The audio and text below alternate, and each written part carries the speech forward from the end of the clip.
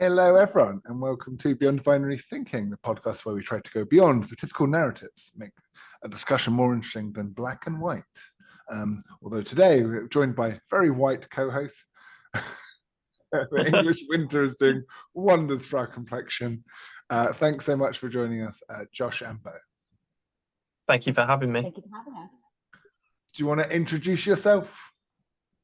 Anything we should know about you? What's your background in comedy? Should we start there? Go on then, Beaux. I'm Beaux. I am a 35-year-old new comedian on the comedy scene. And I don't remember most of my sets because I tend to get nervous and drink far too much wine. But I'm using comedy as an outlet for, I guess, being a little bit creative because my work life and my home life as a parent are less so. Thank you for having me, Chris. Fair. Thanks for being here. Josh, how about you? What brought you to comedy? I guess I'm not new anymore. I started February of this year, and it's now December. I started because I've been the class clown since I was a kid. I saw the poster in the Fortescue and got me very excited. So I started, and it has been the greatest thing I've ever done with my entire life. Oh, wow. Until this podcast. Yeah, my background in comedy, I always kind of loved stand-up comedy. Was always deeply fascinated by it. And then I was struck by a personal family tragedy and needed something to distract my mind. And over drinking wasn't quite scratching that itch. Also, it just terrifies me in a way that nothing does. Like skydiving would be like, ooh, this hurts my balls. The straps are too tight.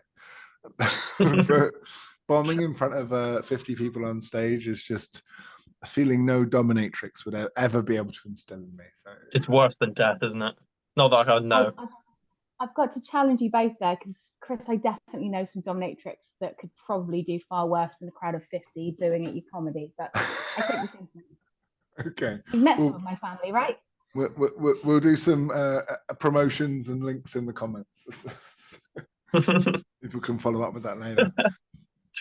So the topic today, we've got three amateur comedians, is to talk about offensive comedy, why we do it, when we shouldn't do it, why it gets so many headlines, is cancel culture a thing, and how to respond to that. So I'd say let's first start off going around and all discussing our relationship with offensive comedy.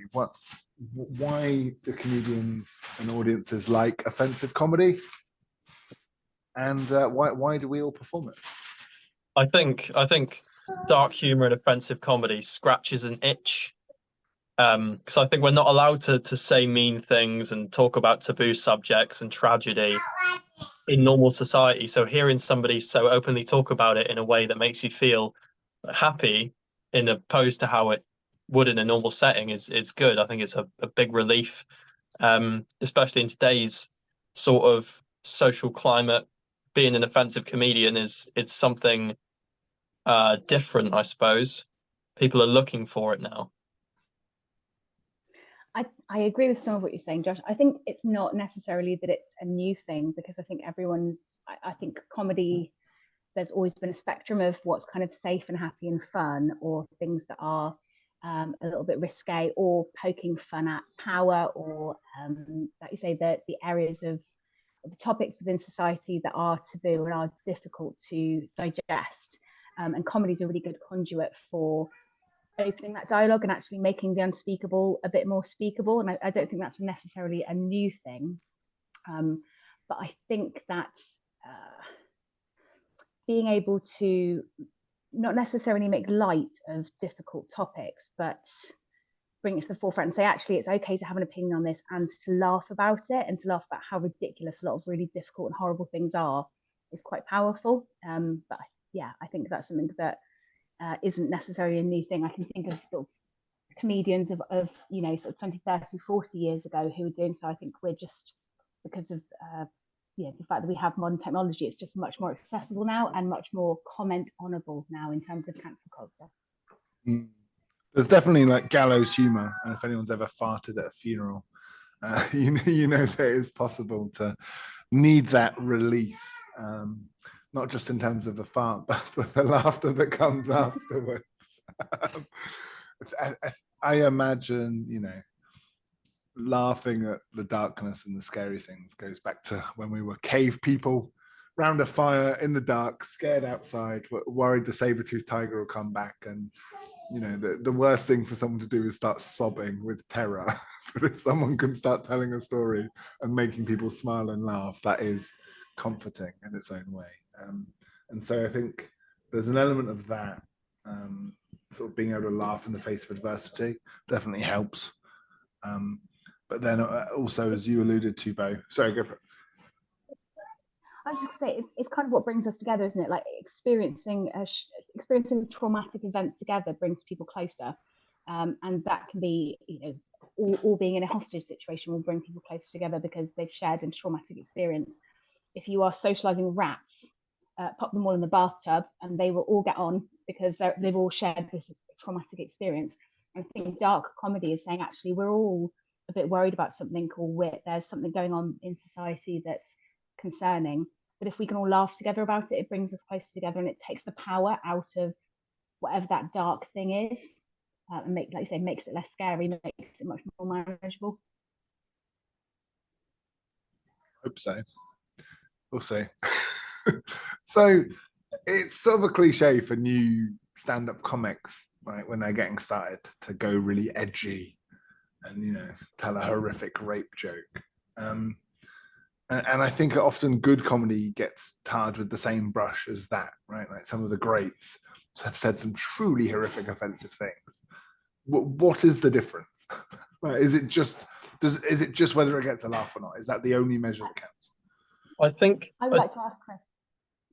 Go on. I was just going to say, do you speak from experience, and have you made a horrific joke that actually was more about the shock factor in your early days? Or are you thinking of other comedians, and can you give an example? Yeah, I was tempted. So I've written some pretty horrific jokes. But I've kind of realized so much of comedy, and especially when you're doing a 3-minute set to strangers, is their perception of you. And the point of comedy, I think, is to subvert expectations. And so if I go up as like a big older man and say an offensive joke that makes women in the room uncomfortable, I don't think that shocks anyone. It's kind of what they're gunning for. So I just think it's, as I was writing this joke, I was like, this won't surprise anyone. This is exactly what they expect from a fat amateur comedian. It's just not fun. So that was the main thing that held me back. I mean, I've written some, truly horrendous things, and I do think that writing process is somewhat sacred. I think if you go to a new material night, I would give people enough rope to hang themselves with. I think there's a difference between someone going and either truly trying to hurt someone's feelings or being so dumb and socially inept that they don't realize that that's what they're doing. I think a reason for that a lot of new comics that it becomes like expected for new comics to do that is, speaking from experience, when you see these dark jokes performed by like Jimmy Carr and Ricky Gervais, either they get no laughs or they get the biggest laugh. And new comics, they want to start their career with a bang. So I think a lot of them take the risk, because if you can successfully pull off the darkest joke of the night, then you're flying. But if you don't, you're fucked. I'm so guilty of that, in that I'm too afraid to tell any of my quite sweet jokes that I might have written, but something that I think's got a shock factor, I'm quite happy to go with, because it's like, well, at least I'm going to have an impact. And it's that bravado, isn't it? It's like to get on stage and put yourself in that vulnerable position of, I might bomb in front of 50 people or 10 people.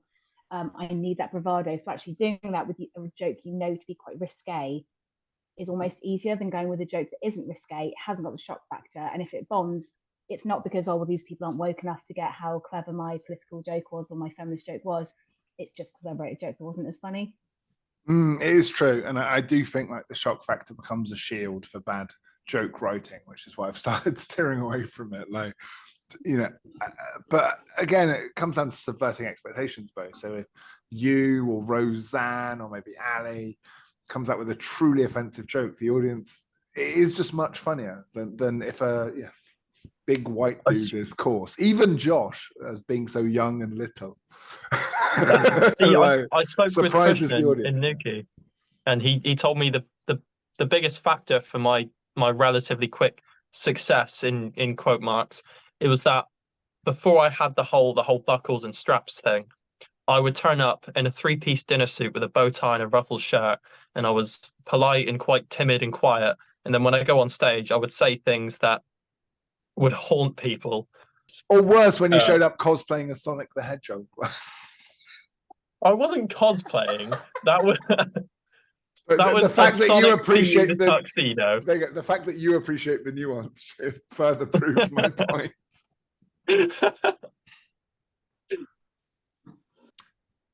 What do we think with offensive comedy about the distinction between punching up and punching down? I would come in with a quote, and I'm gonna misquote, but it's Terry Pratchett, and it is that satire is ridiculing power, because if you're making fun of people that are hurting, then that's kind of just bullying, and that's what I go for. Is it's absolutely fine to be crude, rude, or somewhat offensive if you're doing so at people who are in a position to fight back, who have a position of privilege in some way. I think if you're making jokes about, you know, the people in society who are vulnerable, then that just kind of makes you a bit of a knob.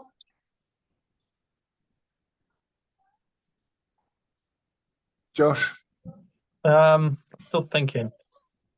Okay, well, I'll weigh in. I think I totally agree that punching down is bad, but there's need for some nuance there, because some jokes stomp down aggressively like a hate crime, and some jokes slap down, sort of slightly poking fun. The obvious example are like the Ricky Gervais of the world, who, you know, have a few trans jokes. When I look at that, do I find it hilarious? Not so much. Outdated, probably. Am I surprised from a comedian approaching 60s that he doesn't have the most woke take on that? Not at all. And do I think it's a hate crime? No. So I just kind of think sometimes the punch up versus punch down is a false dichotomy, a binary, right? And there's nuance needed there, because I think Bill Burr said it best. For his generation, right, grew up watching Bruce Jenner on TV, and then she leaves the room, comes back, and she's like, "Hi, I'm Caitlin now." Some of those boomers were like, "Sorry, what?" I just give me a second to process this. And it took them time to catch up. And, you know, these people write jokes daily. Some of them are transphobic, but few of them were done with a genuine sense of hatred. And I think there are these people in these spaces, normally not in the comedy circuit, who would label that quickly as punching down. And I think it depends, you know, on a case-by-case basis. But I do also think that I'm not surprised that a 60-year-old boomer comedian isn't the first to wake up, isn't the most woke. I would agree with you there. And I would also say that I think it's not necessarily about punching either way. I think drawing attention to the fact that there are areas that some demographics don't necessarily understand isn't a bad thing. So saying, you know, coming out with a cheap joke that's transphobic, not cool. Making jokes about the fact that, like you say, for you know, vast majority of a generation remember Caitlyn Jenner before she transitions. It's got to be satirical. Making a joke about the commentary of understanding that as a person of a certain age, that's where the joke is, isn't it? That joke is not about Caitlyn Jenner. It's about the fact that understanding people transitioning is a bit of a new thing for that generation, and it's the journey. So that in itself, I don't think is punching either way. I think that's a joke about social commentary, and to view it as being a joke punching, I wouldn't view that as punching anyone. And also, Caitlyn Jenner is in quite a significant position of prestige and power. So again, it's not picking on your trans person who's just transitioning down the road. You're talking about somebody who is in the public eye and has been subjected to so much scrutiny. So you're almost picking somebody who you can make that those jokes on social commentary about without it damaging somebody who hasn't probably already heard far, far worse. I think the only like almost socially acceptable and correct way to go about making a joke on a topic such as like transgender community is it's got to be like a satire. The people who don't get it, which I know is essentially what you've just said, but I just wanted to confirm that you're thinking what I'm thinking. I would, yeah, no, I'd agree with you, Josh, absolutely, and you're far more eloquent than I am. I mean, I think for me, I'm bisexual these days, but I was an out and out gay girl back in my teens and early 20s. And there was very much certainly I'll only speak from my own experiences, and other areas of my life that are, I suppose, of interest to other people, but sexuality is what we're talking about, where people were curious and they would ask me questions that could be viewed as a bit offensive. So I remember being out with my teenage girlfriend Kaylee, and one of us asked it, being like, which one of you is the boy? That kind of thing. It's a really stupid question to ask a gay couple. But actually, there were quite a lot of people who genuinely weren't trying to be offensive. They just didn't know and didn't understand. So what do you do with all the surplus sandwiches would be my question.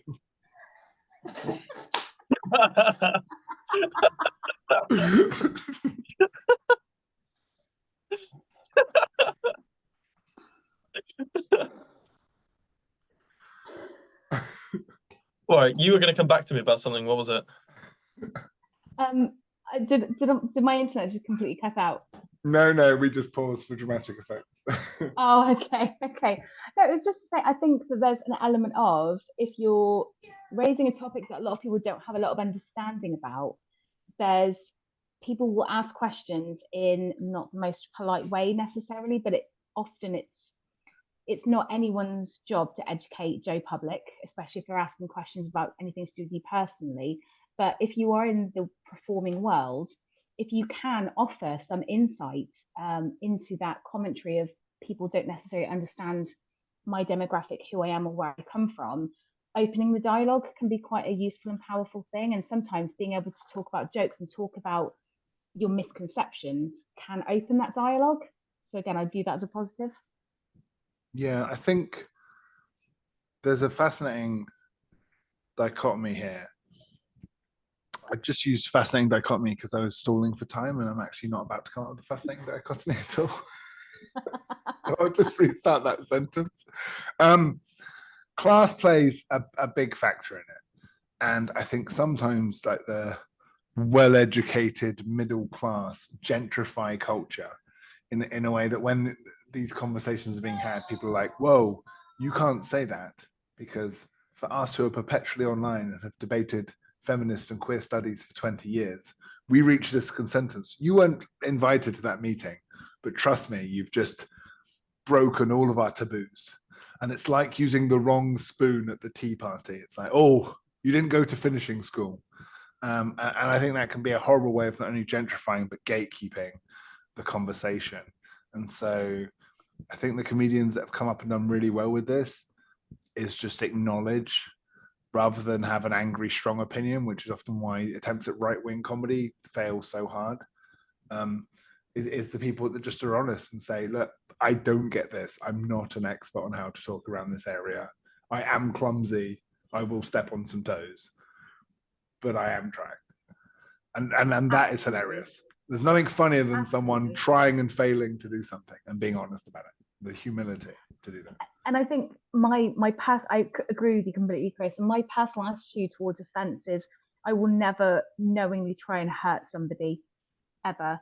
If through ignorance I say the wrong thing, I expect a certain level of understanding from other people, which is that if I'm ignorant, but my intention isn't bigoted or in some way unkind, educate me, because like you said, it comes from a certain place of privilege, doesn't it, to be that aware of what exactly is PC right now, what not PC, that's a dreadful choice of words, but you know, kind of where the commentary and where the dialogue is in terms of what language we use, what perspective we use to certain social issues, it does come from a place of privilege.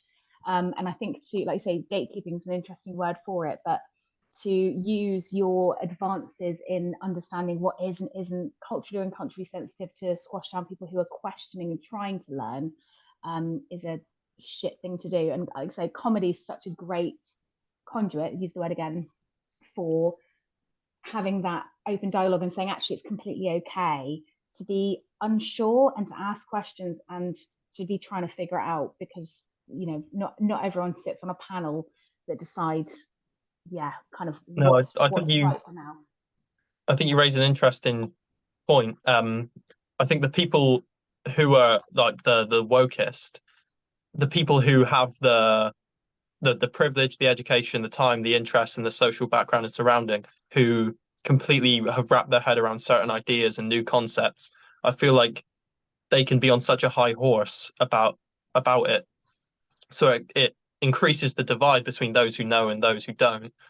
And it's a terrible position. And that's why a lot of these ultra woke people aren't looked on very nicely, because they are doing nothing to help the situation, but they're using it for their own social benefit. Oh, absolutely. Yeah. And like you say, my day job is around education, and it's that thing you hear teachers say all the time: there is no such thing as a stupid question. But we say it because you shouldn't ever push down somebody who's curious. And again, I think performing arts, and specifically comedy, being able to make difficult topics that people are curious about a bit more accessible and make it feel like it's okay to relate to, being a bit unsure, being confused, or being angry. You know, I think we talked, you know, we're talking about sexuality or gender identity, but, you know, aspects of politics that make you angry or make you unsure. Being able to sit in a room and have somebody who's funny and eloquent and confident on stage saying things that make you either question your own thought processes or make you go, oh, do you know what? It's really reassuring that somebody else isn't sure about that, is again a really kind of powerful and reassuring thing. Completely, 100%. We're not talking very much about the offence, are we? We're talking about comedians being social justice warriors and how we're loads better than everybody else. Well, yeah, go on then. Like, let's go around the circle. Egotistical bastards, don't we? Everyone tell their most offensive joke, and let's get off our high horses. Oh shit! We're all each going to say one slur each, and we'll bring us back down to the level that we're supposed to be on. I do think, though, that, you know, we've come a long way from the chubby Browns of the world, and the difference between, like, the butt of the joke being like, haha, that person's black and that is different. Like, it's good that we're having these debates, and for every angry pushback there is against cancel culture, it does often spark an interesting conversation. Dave Chappelle, I think, I followed with fascination, not only because he's my hero and a goat, but because the last 4, was it, Netflix specials, he starts off, I think the first one, being actually quite funny and interesting and nuanced about trans people. And then there became the backlash and the furore. And I think some of the angriest people didn't watch his special, I'll put it that way. And a lot of the noise wasn't about that.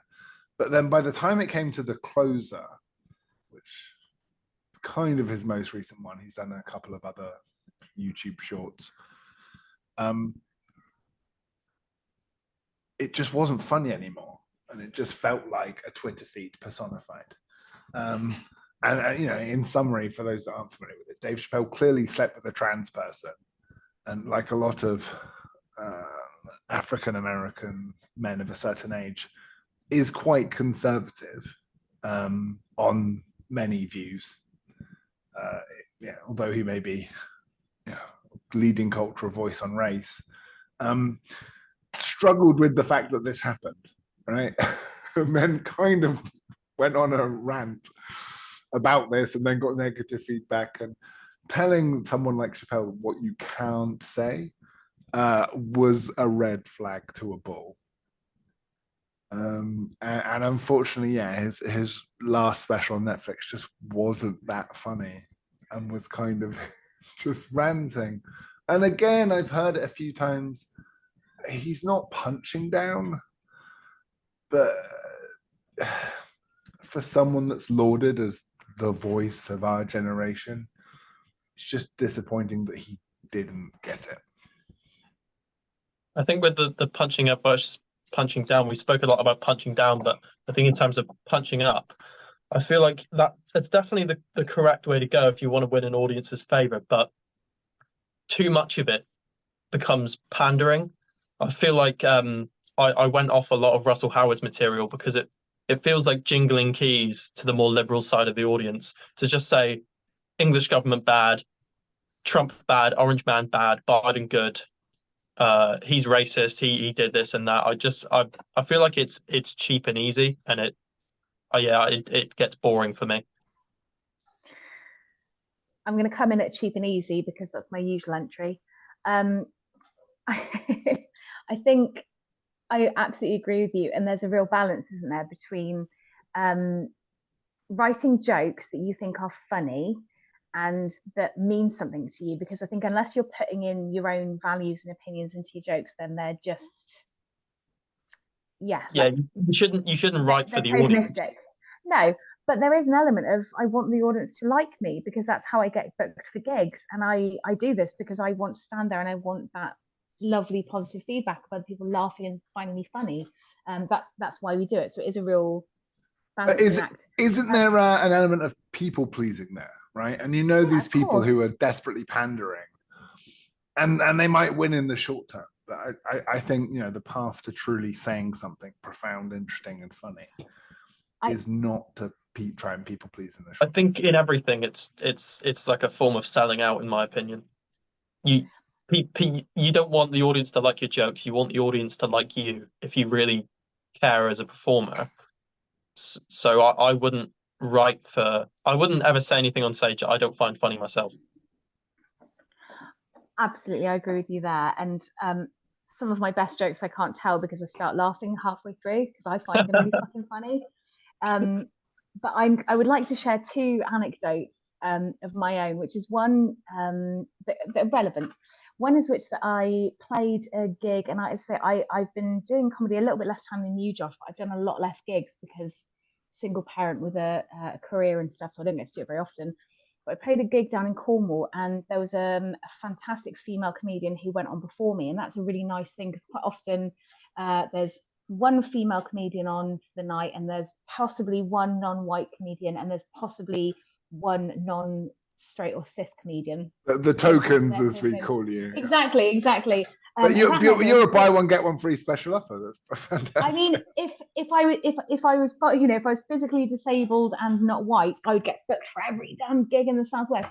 No, so I was privileged to go on after a fantastic female comedian and before another fantastic female comedian. And the first female comedian, her comedy set was brilliant, but it really highlighted that the first 2 rows of only 6 rows of seats were a bunch of cricketers, a couple of cricket teams, like local little cricket team, men in their 50s, all white, all Cornish, I think. And they did not like when she made reference to being a woman having a vagina. And so How dare she? I know, right? In this day and age, fucking outrageous. And so I quickly rewrote half of my set, and I'm very new to this, but I changed which jokes I was going to tell. Just like, do you know what? Fuck you guys. I'm going to tell every vaginal joke I can because fuck you. That's why. And the women in the audience fucking roared. They loved it. And these 2 front rows of men were just roasted the gammon. And that was it. And so actually for me at that point, I felt really proud of myself as a woman, as a feminist, as a comedian, of going, yeah, I'm not pandering to you guys. I'm going to make you uncomfortable. And I think every good comedian I know has a demographic in their audience. They're like, do you know what?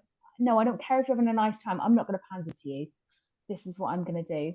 And I don't know, there was a point earlier in the conversation or in the podcast where we were talking about, I suppose, what we're putting in, telling a joke that's a little bit offensive for the sake of joking about commentary and joking about misconceptions. And the subject matter, Ricky Gervais talks about it. There are some topics that aren't funny on their own, but you can still tell jokes about them, not about the victims of particular crimes. But there's still a joke to be had in there. So I'm revealing too much now, but many years ago, I did a degree in one of the social sciences. And in the first couple of weeks, there was lots of seminars of really earnest students turned up to do this social science degree. And there was a seminar where we ended up just lots of stories of telling awful stories that people had read in the Sun and the Mail about families who'd been awful to children and harmed children. And it wasn't in any way academically useful. It was just people rehashing horror stories in the way that these, you know, the 56 magazines like Take a Break and things with like my dog ran off with my husband and now I'm left with child support type things. And as a very awkward 18-year-old, I sat there and thought, this isn't going anywhere. This isn't helping anyone's education. This is just people sat around almost enjoying the horrors of rehashing things like the baby P and Victoria Columbier and children who had suffered real harm. Sort of, you know how there's traffic if there's a car crash in the opposite lane. It's rubbernecking, tragedy. Yeah, it's fucking people really enjoying going, oh yeah, and I heard about this. And it's not helpful. It's not helpful to what happened. It's not helpful to his education. And as somebody who considers themselves funny, but also has a dreadful sense of humor, and as an 18-year-old, the youngest person on this degree, I sort of let back at a lull in the conversation and the conversation was about, apologies, not suitable for work, children who were sexually abused by family members. I went, well, if you got a good gene pool. And I didn't realize at that point that I wanted to be a comedian, and I should have done. But it's that thing of actually children being harmed isn't funny, but laughing at tits who sit round in their ivory towers going, isn't it sad, these poor kids, man? That's fucking funny. And I stand by it. Years later, I stand by it's funny laughing at people who sit there going. Without the context, that is diabolical. Yeah, and that's what happens, right? That quote. It's funny. But that quote gets taken, right? And this is how. And I do have a conspiracy theory. I see it happen too often.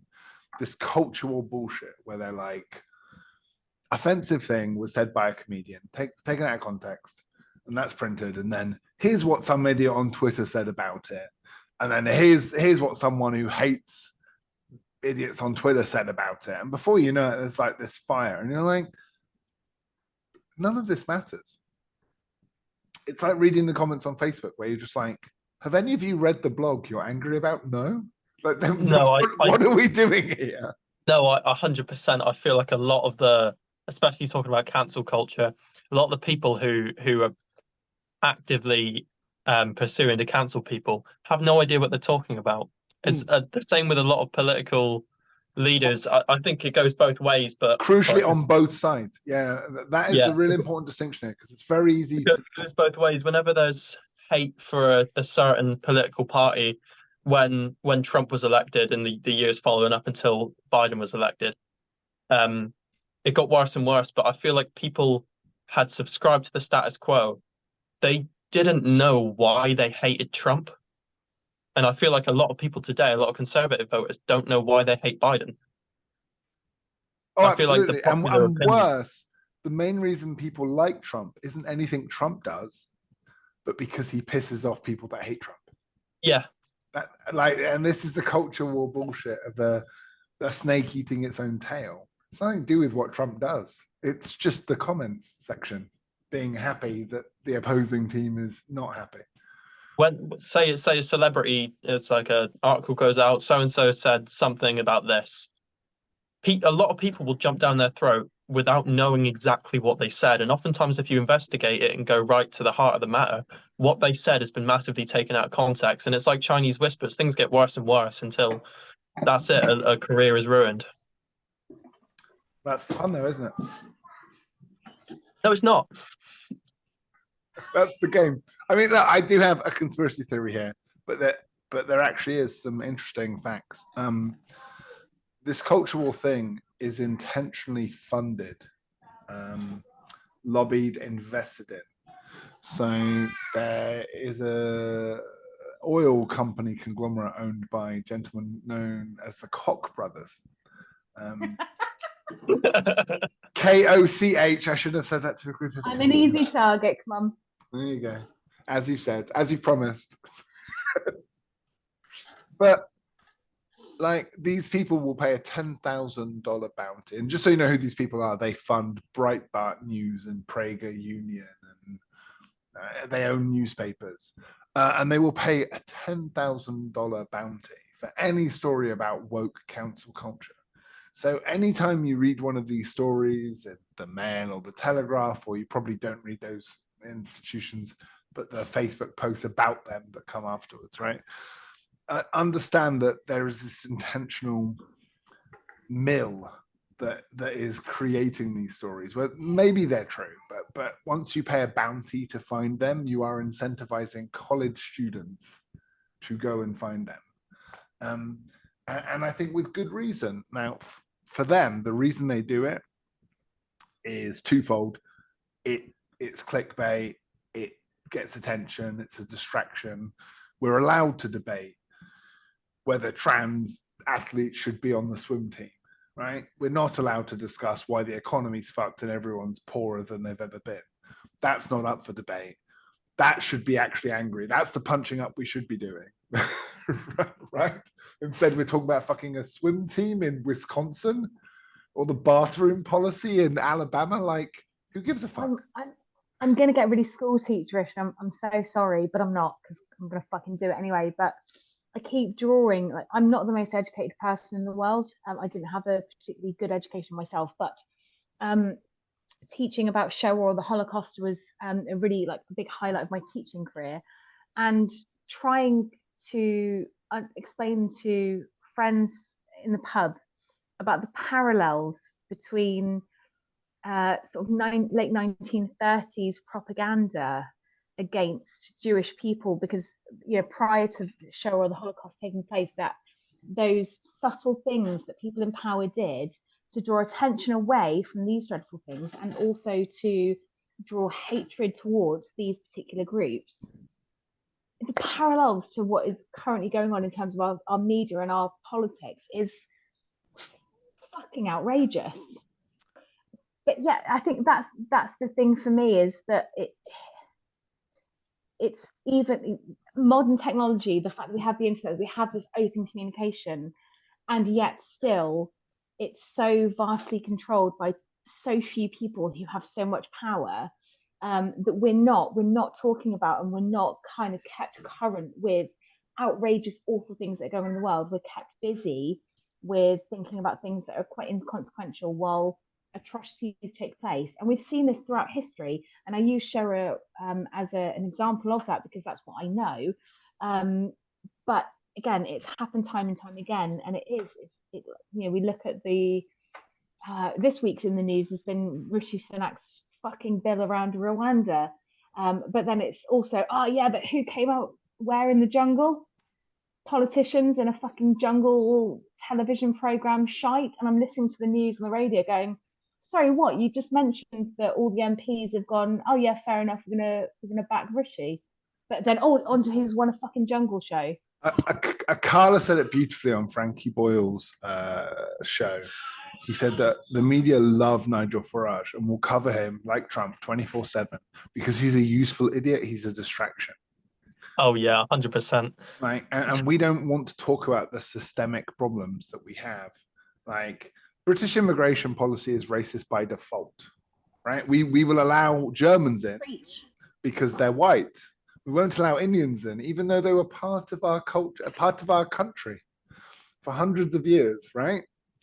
But they're not allowed in because they're considered culturally different. Whereas Germans, who 60 years ago we were fighting with Indians on our side, they're good because they're white, and so they get a free pass. And go for it. Our entire social care systems, health and social care, is absolutely held up by people who are on temporary visas, or people whose families can't come and join in this country because we don't recognize, I'm going to get feminist again, we don't recognize women's work as being skilled labor. So it's skilled labor if you're a bricklayer, but actually being able to take care of somebody with dementia whilst maintaining their dignity and understanding things like skincare. That's not skilled. There. Can they use a spreadsheet, Beaux? Oh. That's all I care about. Exactly. So absolutely all of our health and social care, which is massively underfunded, is held up by people who are non-white, non-British born. And yet we are viewing people who come over here for, to fulfill these job roles in this country as somehow second-class citizens because they're not white and they're doing jobs that aren't being doctors, they're not being software engineers, they're not being, nice, helpful Germans turning up and being interesting in London. It's just somebody who's come over from, again, a non-Commonwealth country or a non-European country and are doing the roles that British people don't value in terms of from a monetary sense, and it makes me really fucking angry. Here's a joke because I feel we're sorely lacking them. Like, are there any countries that weren't former colonies that are shitholes enough that people would want to come to England and work here? What's the statistic? Every 6 days of the year, every 6 calendar days, a country celebrates and like a national holiday that is independence from the UK. It's like something like every 6 days there's a country in the world that celebrates independence. If we were so bad, why do they all want to come back to the mothership? Come on. Oh, that's wonderful. I was going to say something we've got now. Oh yeah, it's all with like people's thoughts on the immigration policy. It's all selective criticism. It's like that post has been shared and rewritten thousands of times, but it's English people don't like anything foreign, but they're happy to drive around in their Japanese car, eat Indian takeaway with their Chinese TV, and it goes on for lists and lists, but it's completely true. I go back to my like class war side of things, which is that's what we're all the friends that I have who are vegans and really staunch in terms of recycling. Brilliant, absolutely fantastic. Anything any of us can do for the environment or for animal welfare, brilliant. But actually you're sort of forgetting that you are one tiny cog and there's a massive whole system, and it's the people that are controlling billions of pounds who are responsible for the vast majority of things like pollution into the environment or animal welfare issues. And whether or not somebody who's on £67 a week of benefits decides to buy a regular dish sponge or a biodegradable dish sponge, that's not going to affect global warming in the same way whether or not a billionaire is using a fucking private jet or whether a company is making $1 million business transaction with a company that's using silicones. It's that thing of actually we're focusing on the wrong things. We're not looking up at where the responsibility should lie. And again, the conversation, the debate, we're never offended by that system, right? We're offended that someone said the wrong thing, or we're offended that they're trying to cancel someone that said the wrong thing. That's the debate we're allowed to have. They push us towards the corner of these weird bullshit culture war nonsense that really doesn't matter. I just want to. I've had a thought, like the way the middle class look down on the working class, right? They're so uncouth. Why do the poors vote so wrong? Why do they keep voting against their own self-interest? Why do they keep saying bad speak, rude, taboo, non-etiquette? But you can also see that as then how the working class look down on the immigrant class, right? It's like a class below, and they're like, oh, it's just a different culture. They just don't share our values, right? And it's a very similar thing. It's divide and conquer all the way down, right?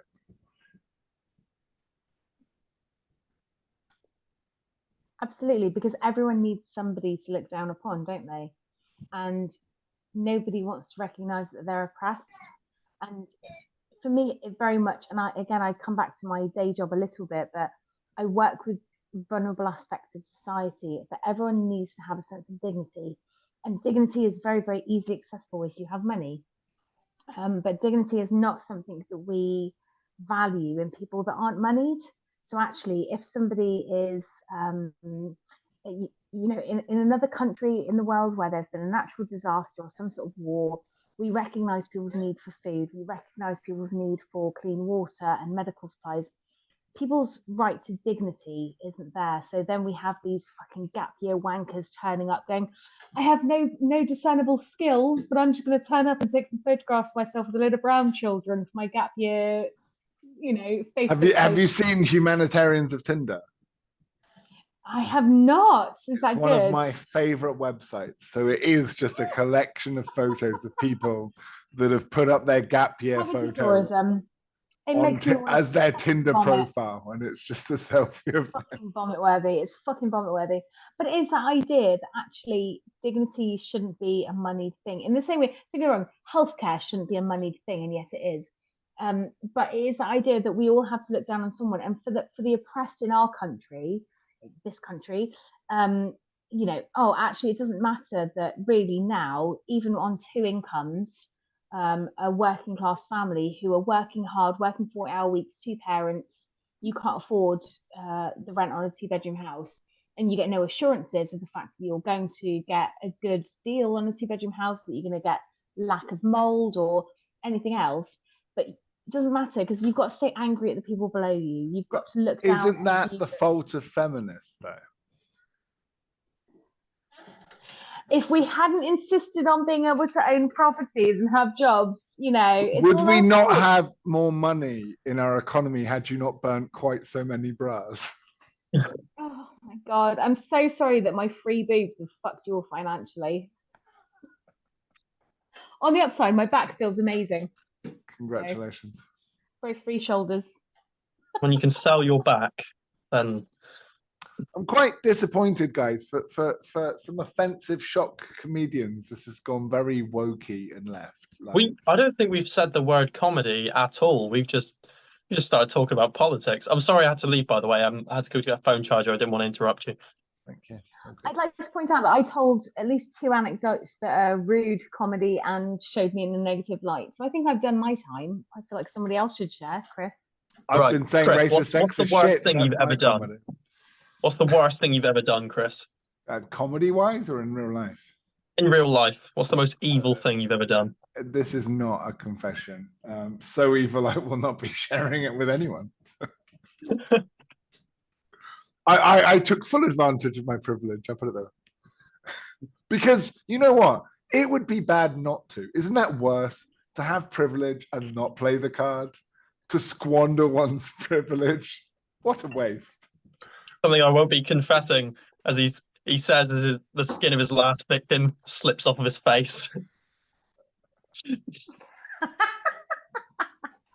I'm going to try and steer the conversation a little bit back to comedy and rude comedy.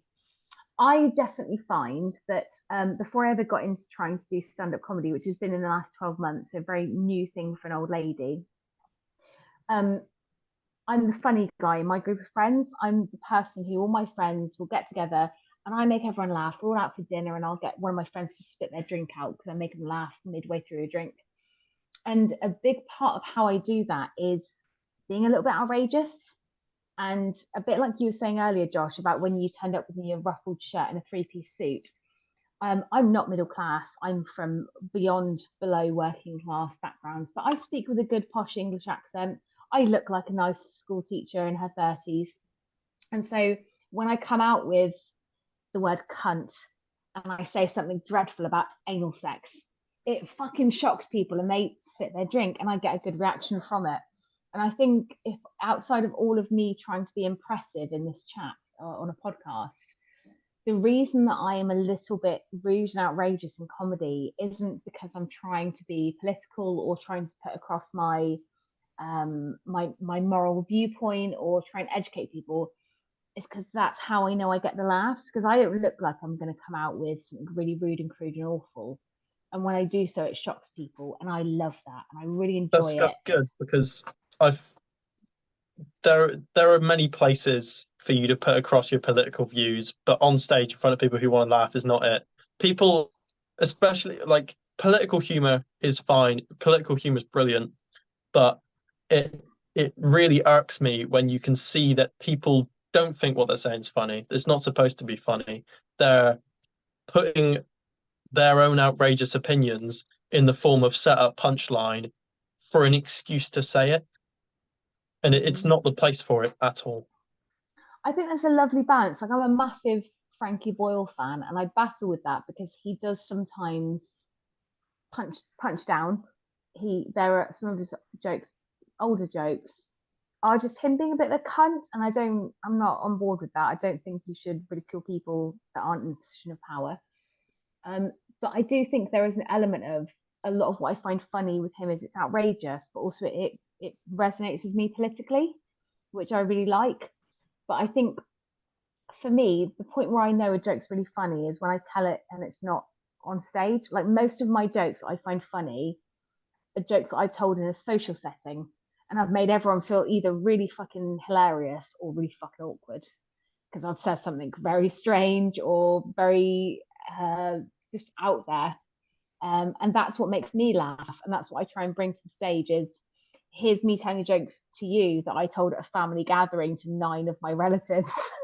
And no one else found it funny, but I did. So here we are. Yeah, no, it's not really on to what you were saying, but I feel like it's so frustrating because most of the time you think of something, you say something, you think, oh my God, like you can't write that into a set. And that's what keeps me up at night when I have said something which I knew would go down well if it was possible to say it on stage without sounding like a mental case. Yeah, like you need something on stage to give you the setup because your answer is fucking brilliant. Yeah, it's like those arguments you have with yourself in the shower where you won the argument because you were so witty. And that's what 2 days later. It's always 2 days later, isn't it? You go, fuck, if I'd have said that, I'd have been fucking awesome. And that's the joy of stand-up comedy, is that's not how you're going to tell the story. You were the wittiest motherfucker in the room. I think I've come round to the opinion that, especially during lockdowns, my dad veered aggressively right and I veered aggressively left.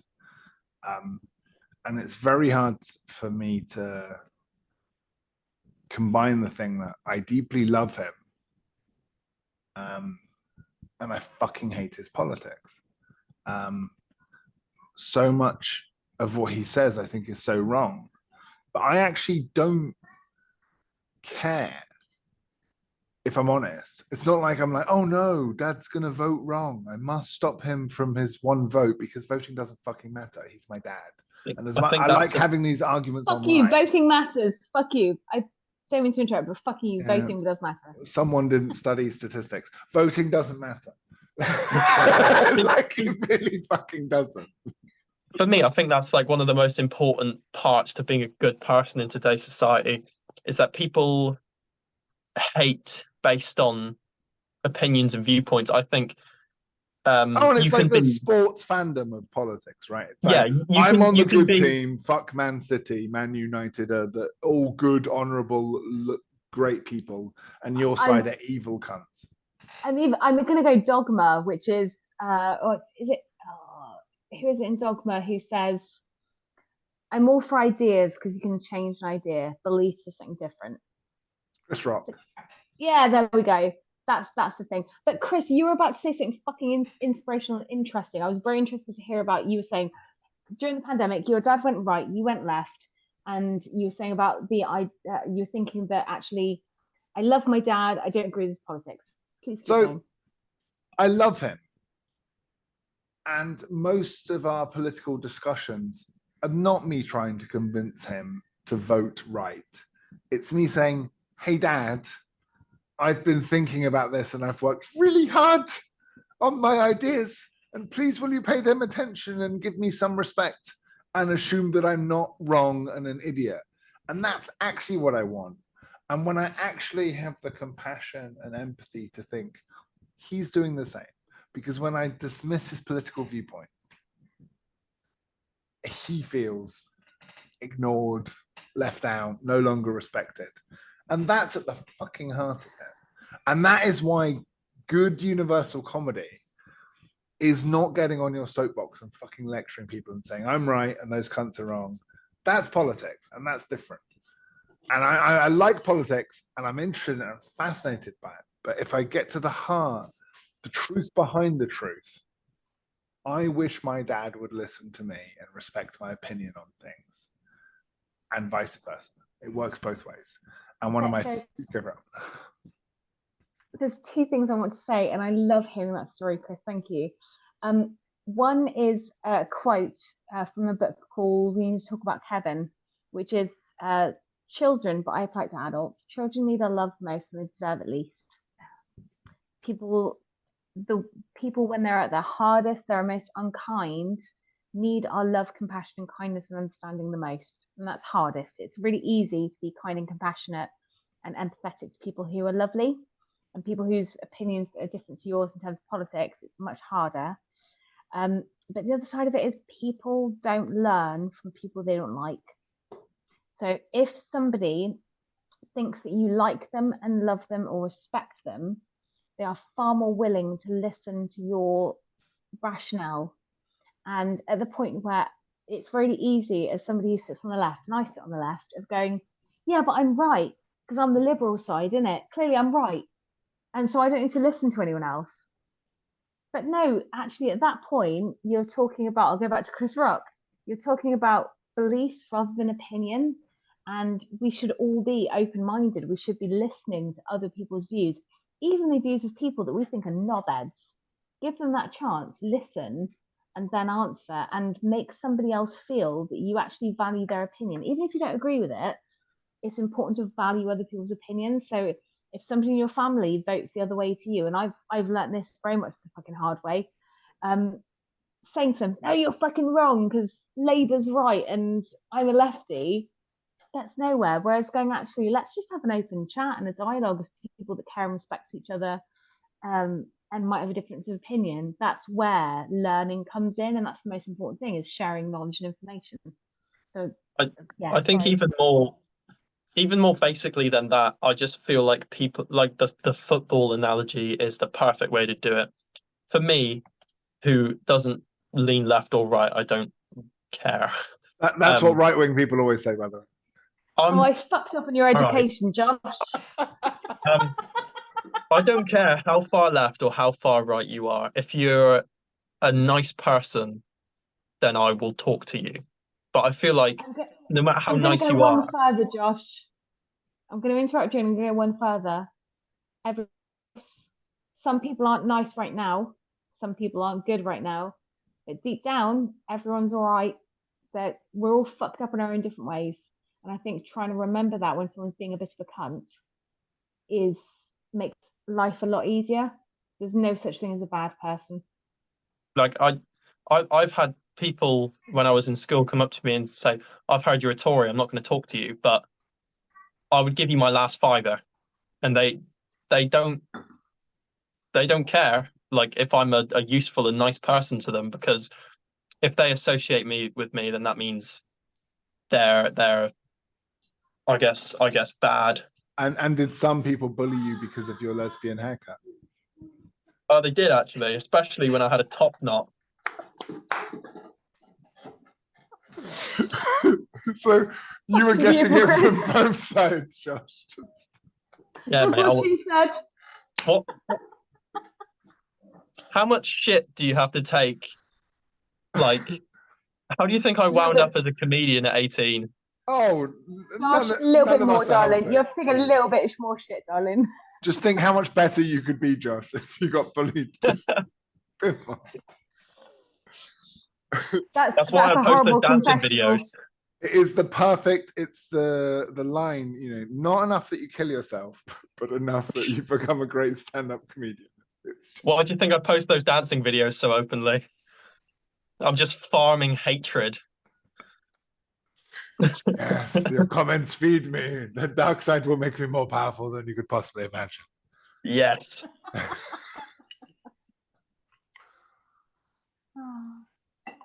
Every kick in the balls makes me funnier.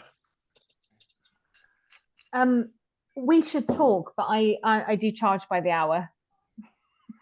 I can afford it. Let's go. Wait, the talk or the kick in the balls? Let's get your prices out. So I think that's as good a point as any to end it. That's what she said. I will Although strongly my phone's on recommend. charge. I will strongly recommend Shane Gillis. I think he beautifully dances this line of coming from a conservative family, from a conservative state, but he's up in New York talking to 20-somethings there, and imploring them not to denounce their fathers and winning them round. And he got cancelled for being offensive. It's funny, he describes when that happened, how the right-wing press immediately reach out to him like, yes, come to the dark side. Yeah, fucking woke cancel culture. And he was like, no. It was fair enough. I was saying some anti-Asian racist shit. Like, I deserve to get cancelled. Really. And so that was my introduction to him. And from the outside, I was just like, okay. But then you actually watch his stand-up special and don't read, again, the comments on a blog about because you the skit he recommended did him to 5 me, years ago. Yeah. and I watched the Netflix thing before I knew any of the controversy. Right. So you missed all of that like context, which is probably best. Yeah. And he just does this beautiful thing where he's just making clear he's making jokes that I think were more likely to speak to middle America than any TED Talk lecture will. So he talks about, like, you go to another country and you're like, oh my God, like, this is your fucking country.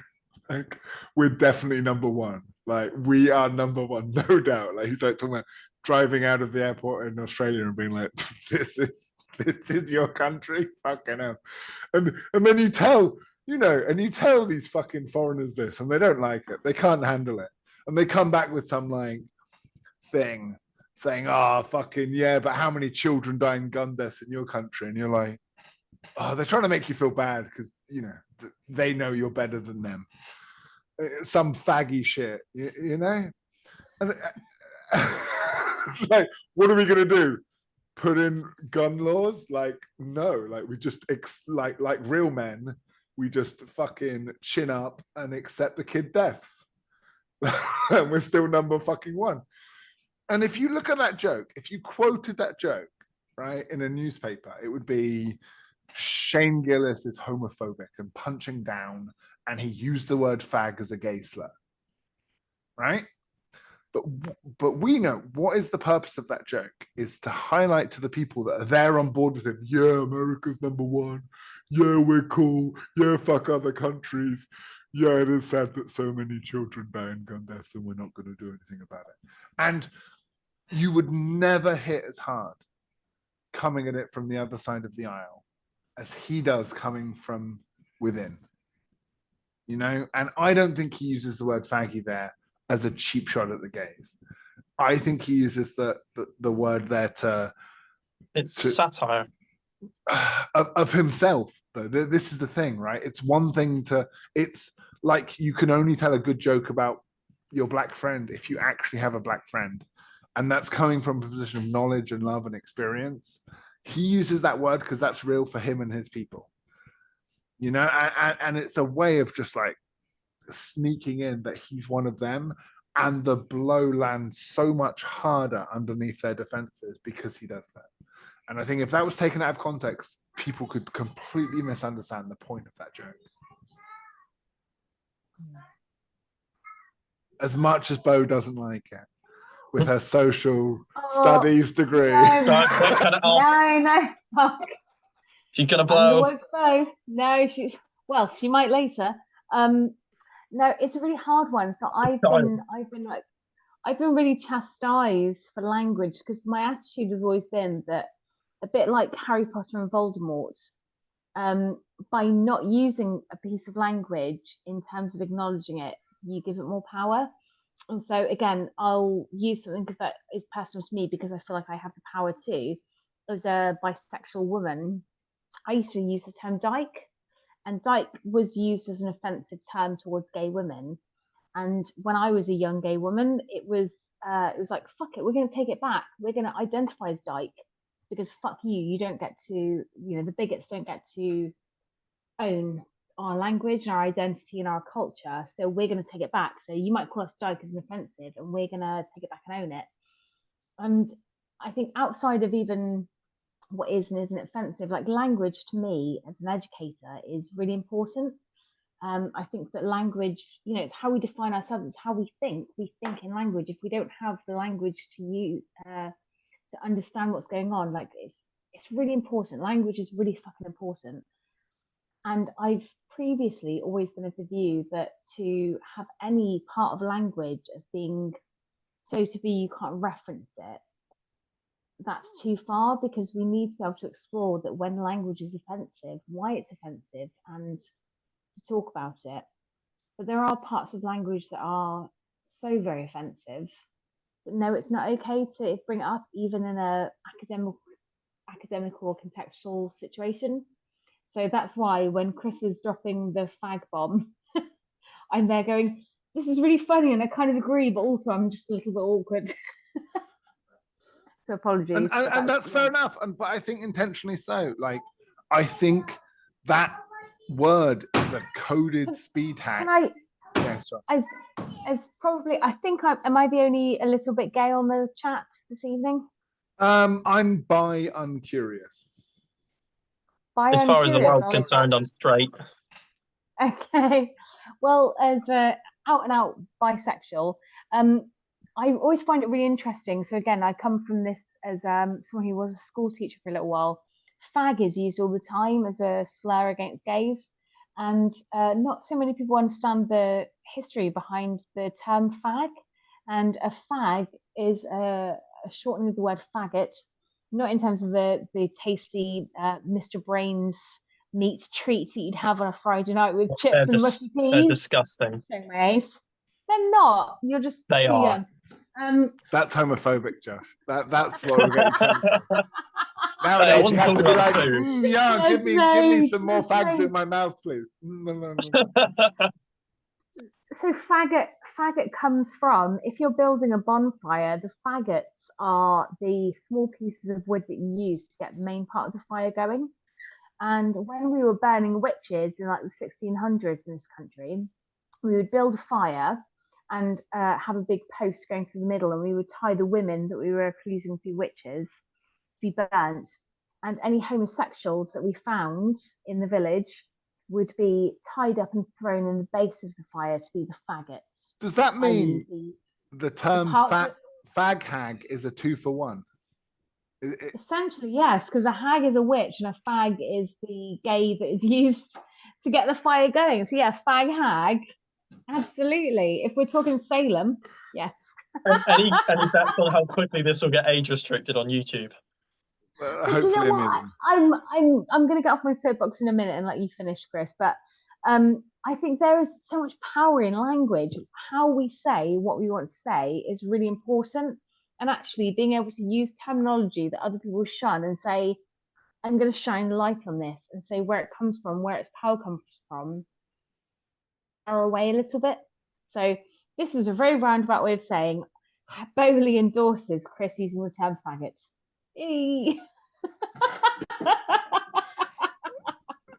My crucial point with that is that he is speed hacking a way of saying to the conservative middle American right, I'm on your side, I'm not on their side.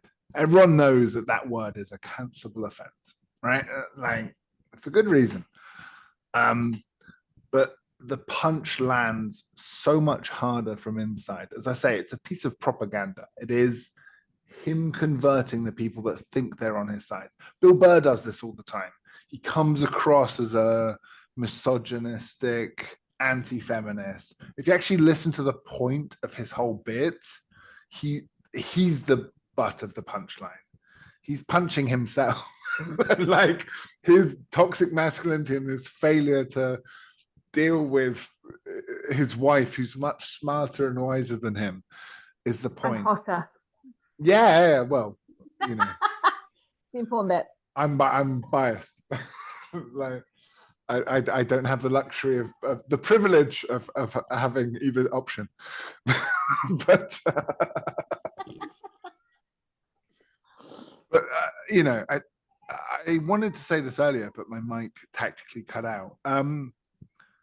It's very interesting that So one of the worst takes I've heard in this whole conversation is that if you make jokes about something, that leads to Holocaust.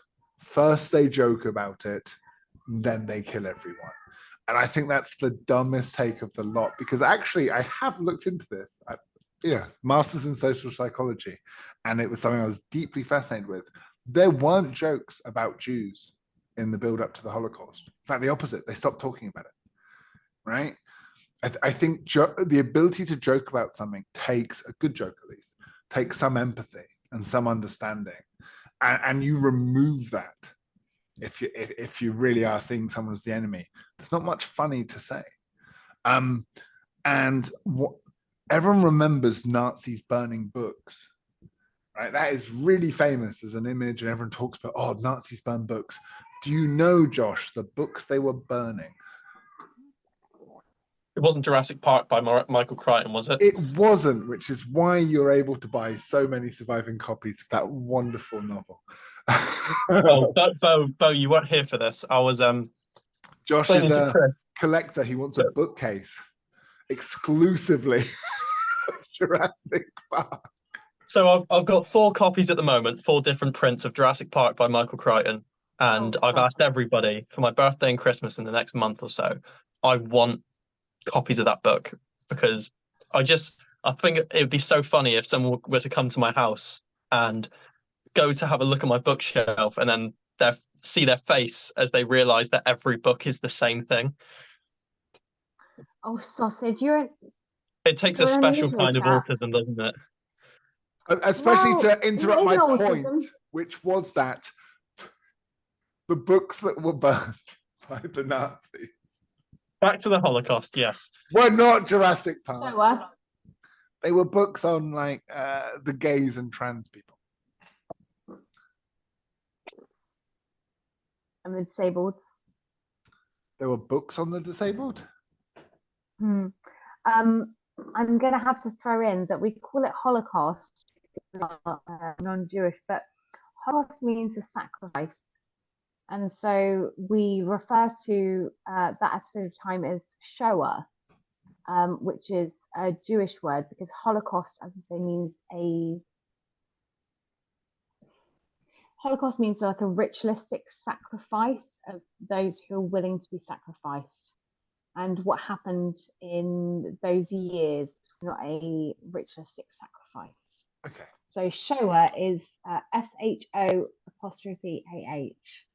is a more sensitive, and I'm not someone who would normally correct anyone, but I like that. I like that Shoah is a better representation of that period of time in history than Holocaust. Does that, I'm going to outwoke you now. Does that not though speak to the Jewish monopoly on the tragedy, when so many disabled Jews, gays, trans, and Romani people were also genocided? It does, but 6.9 million against the under 1 million of the other demographics. All right, so 7-1.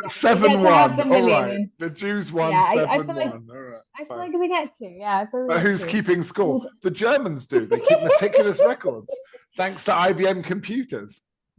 Another sponsor of today's podcast.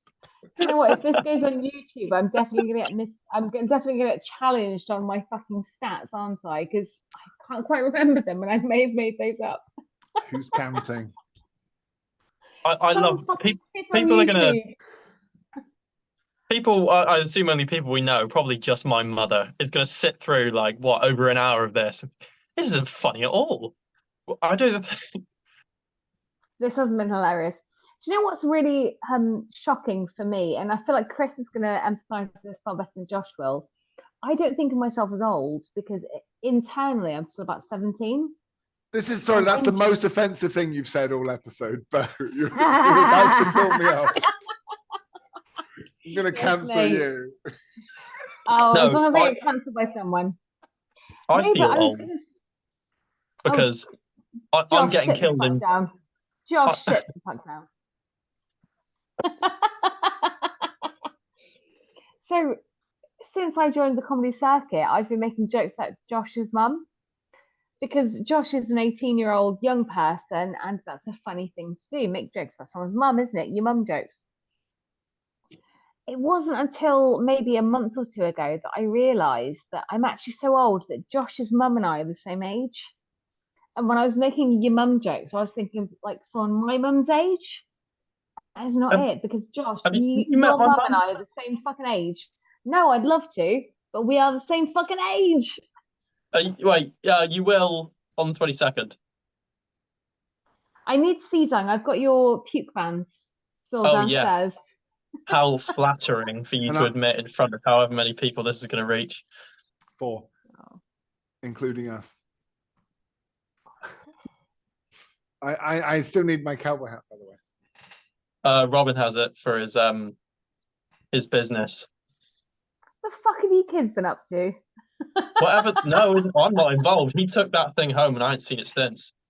Guys, I think this was almost interesting, almost funny, almost woke, almost offensive. Like we, People are going to get It's nothing been a from pleasure. this. so the which is good. lukewarm middle ground on so many levels. It was just Yeah. perfection. Thank you. Let's do it again. Yes. Thank you for having It's me. been a pleasure, my darling. Take care. See you soon. Oh, you're amazing. Oh, you too, my love. See you Saturday. Thank you. Take care.